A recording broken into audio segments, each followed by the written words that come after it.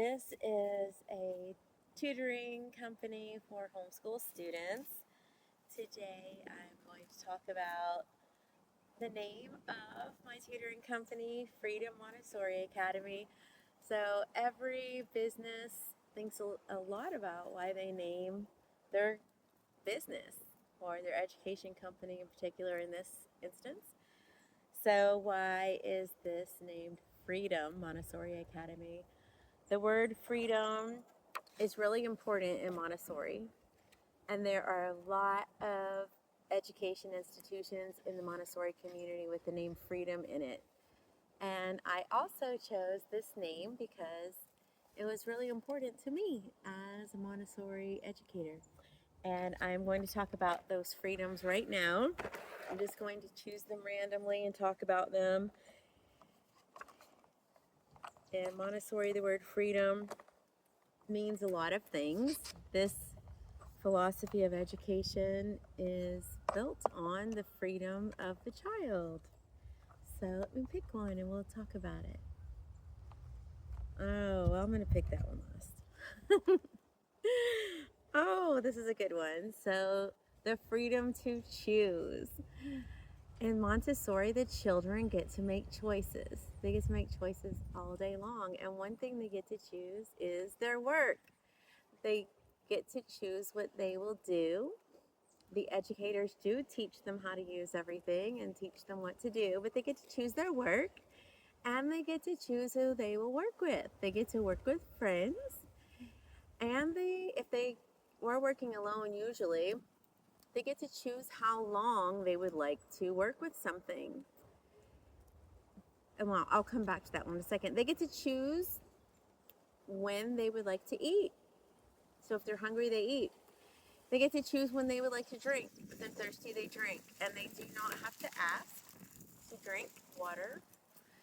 And they do not have to ask to eat.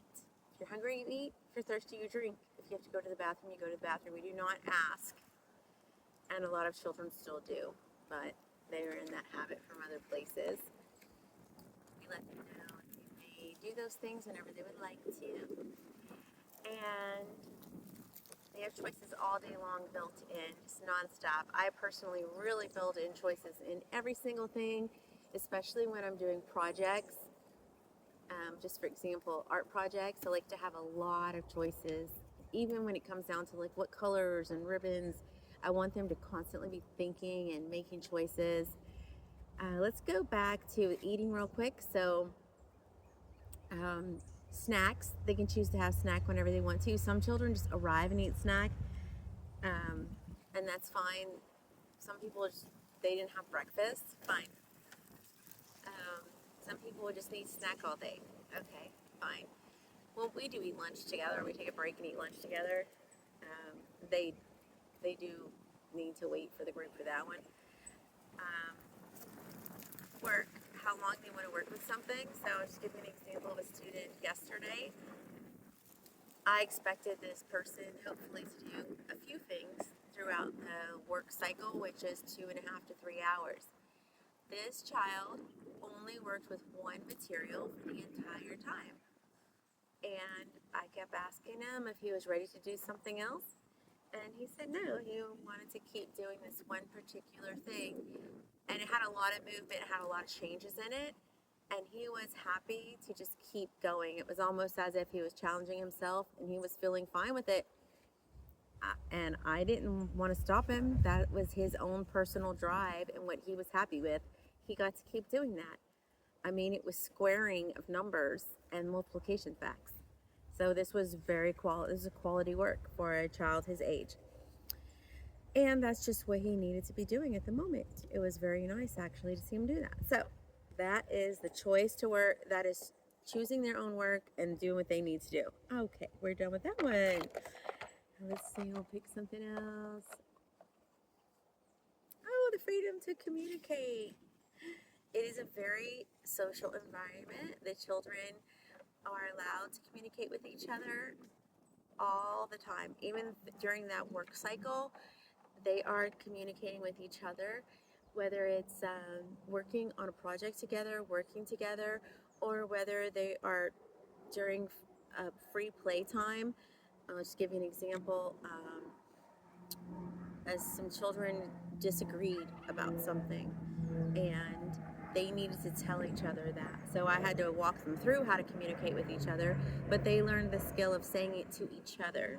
So they're constantly working on communication skills. They're learning these social skills now that they need when they are an adult. They're using them. They're making mistakes. They're building a skill. They need to be as a human. We need to communicate with each other. So they are free to communicate in positive, negative, all different ways. Working together as a team building skills.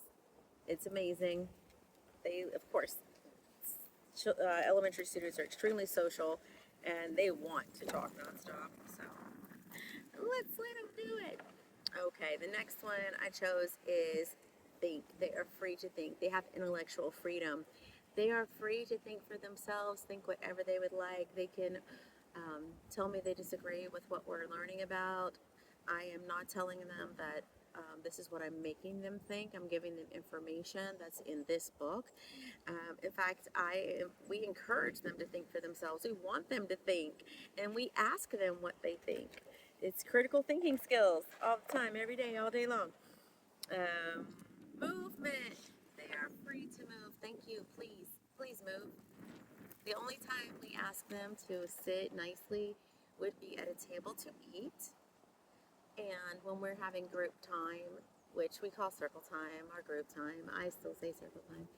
And we're being respectful to whoever is the leader at that moment, whether it's them giving a lesson to friends, a presentation to friends, show and tell, or it's me giving a lesson. Whoever is our guest, we are focused on them at that moment, and we are respecting them. And if you really can't control your body, then you can move a little bit to another spot and be respectful in that place and move a little. And those kinds of friends, we've already worked out a plan for that. There are activities with movement built in the Montessori environment to have children moving their bodies and moving with purpose. We call it movement with purpose. So we want them moving, and as you can see, this is a big space. This is actually the learning environment. It is outside, and it has children moving all the time. Let's pick another one. What is this? Okay, the freedom to play. So this might be unique to my program, but I have play as a very important part of Freedom Montessori Academy. We do a balance of academics, Montessori academics, and academics built into activities out in nature, learning through nature. But this is freedom to play, and I don't mean learning through play, like I've created some kind of activity where they're going to play through this activity, like a memory game that I created. No, I mean free, uninterrupted, no adults interrupting these children or interacting with these children. Free, uninterrupted play where children are playing. In fact, I asked a child if she would help me with something today, and she said, "No, I'm sorry. I think I'm about to have some customers." They had a whole wood shop store going on today because someone didn't put away a mallet, the mallet that they hammer in.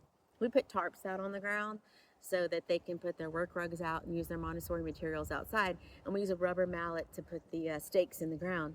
And one of the children forgot to put the rubber mallet away today.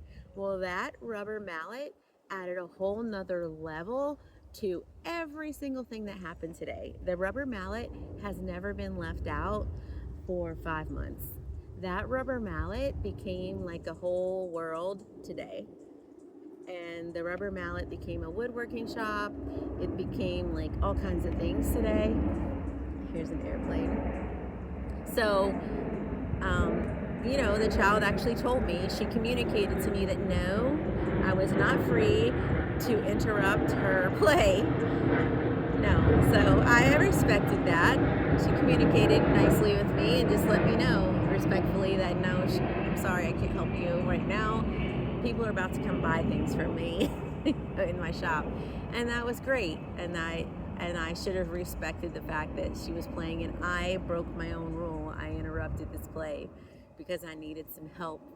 and I do a lot here where we clean everything up, and I want their help, but at the same time I want to respect their freedom to play and be children and be deep in that play, because this is critical to human development and their social, emotional, physical, and their intellectual development. I mean, it's just so amazing to watch what they do. In fact, somebody created a whole swing. I keep putting up more and more swings for them, and it's never enough swings. And so someone made a whole swing today out of a bench and ropes. And another child made a video of it and asked her why she did it, because another child wouldn't give her the swing. And so she just made her own swing. And, so they're pretty creative during playtime, as all children are when they're given that time to do that, and that's really amazing. And they need a long time to get deep into that. So I have a very long time of free play. The last freedom is freedom in education, and that's what all of this is about. I believe that parents have the freedom to be in charge of their own child's education, no matter what they choose. They are free to choose how they educate their own child, whether it's public school, private school, or homeschool. Parents are in charge of their child's education. They're free to do so, and that's their right. And if they are a homeschooler, they can choose to, they are their child's educator no matter what. If they choose to integrate a private tutor like me to add a supplement, which is homeschool enrichment, that is their choice. And there are a lot of teachers like me that enjoy being that source for families. We love what we do, and there's so many people doing different things to be like that right fit for families, and that's what Freedom Montessori is about.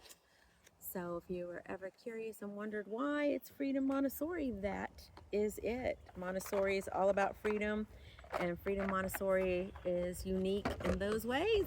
So there you have it.